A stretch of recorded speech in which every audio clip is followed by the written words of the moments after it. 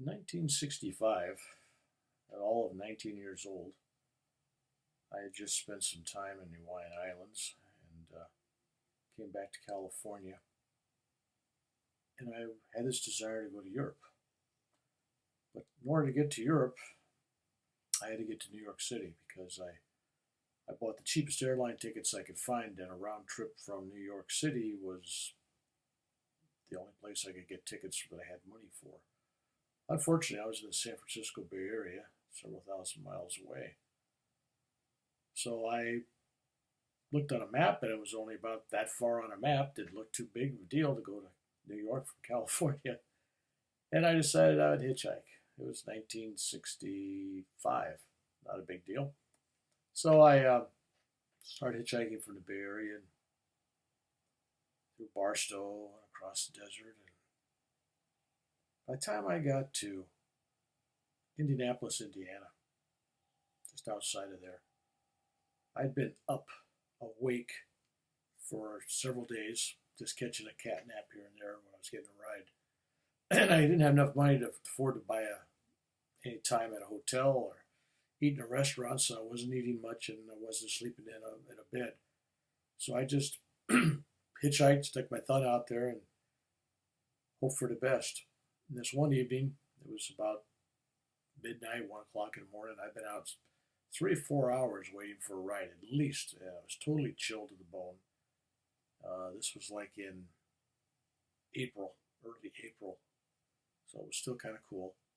And I couldn't stay awake. I was just so sleepy, but I was standing up. There's cars going by, and I needed a ride.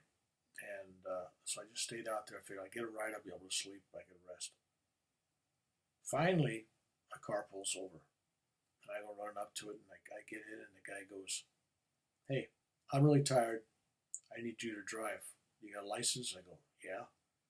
I realized I hadn't slept in days, and I'm not really a great driver to start off with. And I'm frozen and chilled, and so of course I'm going to drive if that's the only way I'm going to get a ride, because it was getting icy cold outside, and I wanted to get off the streets. So I said, "Okay, I'll drive." He was a businessman, and he was on a business trip, and he needed a rest.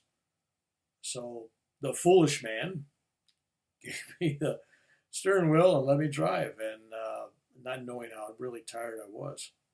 So we got on the freeway, and we're going about 70, 80 miles an hour down the road, and maybe faster. And I'm dozing in and out. I catch myself, and I look down at the odometer, it's going up, and I'm just going back and forth between a state of being awake and being someplace else.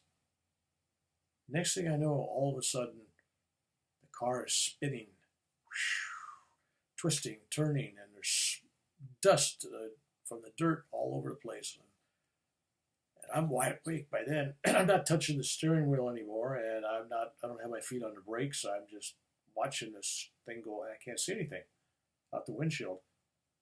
And of course, the guy that owns the car is wide awake, and his eyes are like saucers watching this. And we're both there as the car spins about a dozen times. And then it comes to a stop. The dust settles down, and we look out the windows.